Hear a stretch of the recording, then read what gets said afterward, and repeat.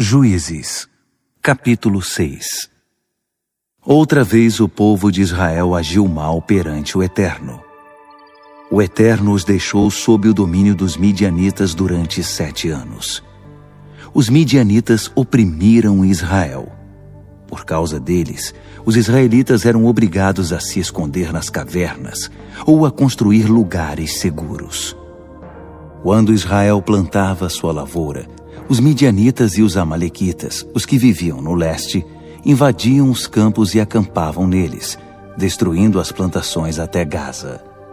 Não deixavam nada para o sustento dos israelitas, nem ovelhas, nem bois, nem jumentos. Com os seus rebanhos e tendas, chegavam e tomavam conta da terra, como numa invasão de gafanhotos. Eles possuíam uma quantidade incrível de camelos, que pisoteavam o solo e destruíam tudo. O povo de Israel, reduzido à pobreza pelos midianitas, clamou pela ajuda do Eterno. Depois que certa vez o povo de Israel clamou ao Eterno por causa dos midianitas, o Eterno lhes enviou um profeta com esta mensagem. O Eterno Deus de Israel declarou: Eu libertei vocês do Egito, eu libertei vocês da escravidão, resgatei vocês da crueldade do Egito, e depois de todos os opressores, eu os eliminei da sua presença e entreguei a vocês a terra deles. Ele disse a vocês: Eu sou o Eterno, seu Deus. Não tenham medo nem por um instante dos deuses dos amorreus que existem na terra em que vocês estão vivendo. Mas vocês não deram ouvidos a mim. Um dia, o anjo do Eterno sentou-se debaixo do carvalho que está em Ofra, pertencente a Joás, o ebiesrita. Gideão, seu filho, malhava o trigo num tanque de esmagar uvas, escondido dos midianitas. O anjo do Eterno apareceu a ele e disse: O Eterno está com você, poderoso guerreiro. Gideão respondeu: Comigo, Senhor. Se o Eterno está conosco, por que estamos nesta situação? Onde estão todas as maravilhas que nossos pais e avós nos contavam, afirmando: o Eterno nos libertou do Egito? Na verdade, o Eterno não quer saber de nós. Ele nos entregou nas mãos dos midianitas. Mas o Eterno insistiu: Use a força que você tem. Liberte Israel da opressão dos midianitas. Sou eu quem está enviando você. Gideão respondeu: Eu, Senhor? Como é que eu poderia libertar Israel? Olhe para mim. Meu clã é o menos importante de Manassés, e na minha família eu sou o menor. O Eterno disse: Eu estarei com você. Confie em mim. Você derrotará os midianitas como se fossem um só homem. Gideão respondeu: Se você está dizendo a verdade, faça-me um favor. Dê-me um sinal para que eu possa acreditar no que você está dizendo. Não saia daqui até eu voltar com um presente para você. Ele disse: Pode ir, eu espero. Gideão foi preparar um cabrito e providenciou uma grande quantidade de pães sem fermento. Utilizou mais de uma arroba de farinha.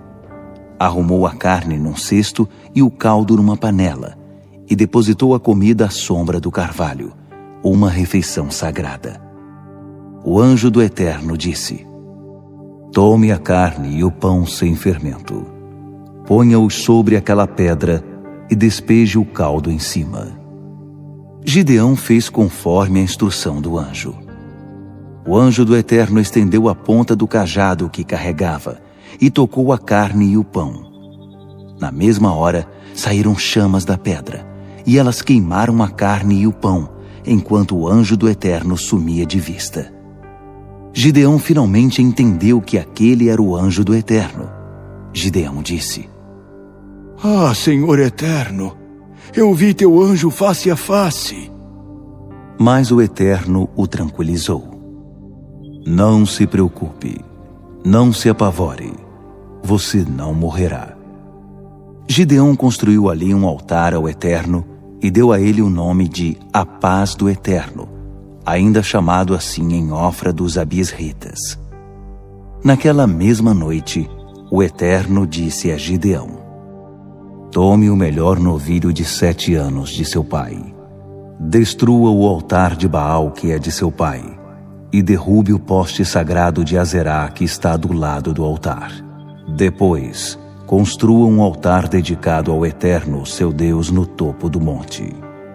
Tome o novilho escolhido e ofereça como oferta queimada, utilizando a madeira do poste sagrado de Azerá que você derrubou. Gideão escolheu 10 homens entre seus empregados e fez exatamente o que o Eterno tinha ordenado. Mas por causa dos seus familiares e vizinhos, teve medo de oferecer o sacrifício em público. Então fez isso à noite. De manhã cedo, o povo da cidade ficou chocado ao ver o altar de Baal destruído, o poste de Azerá derrubado e o novilho queimando sobre o altar recém-construído. Eles perguntavam: quem fez isso? E continuaram perguntando, até que veio a resposta: foi Gideão, filho de Joás.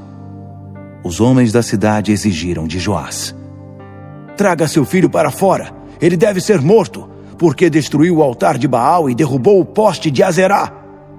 Mas Joás enfrentou a multidão que o pressionava, dizendo: vocês vão lutar a favor de Baal? Vocês querem salvá-lo?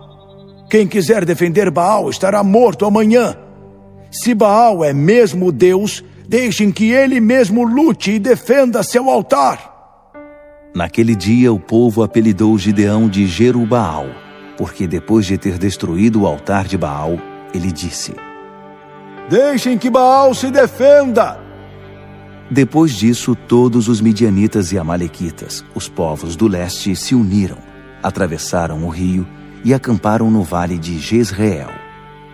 O Espírito do Eterno se apoderou de Gideão.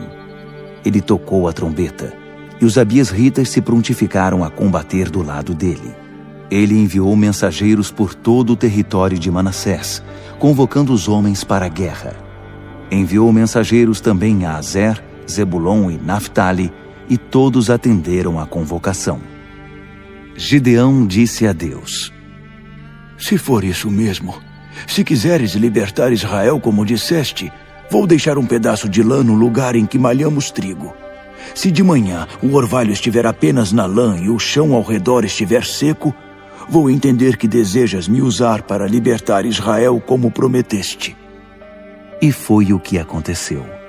Quando ele se levantou logo cedo, espremeu a lã, e havia orvalho suficiente para encher uma tigela. Gideão disse a Deus: não te irrites comigo, mas tenho outro pedido. Vou fazer mais um teste com a lã. Só que desta vez a lã deve ficar seca e o chão encharcado de orvalho. Deus fez acontecer isso naquela mesma noite. Apenas a lã ficou seca, enquanto o chão ao redor estava molhado de orvalho.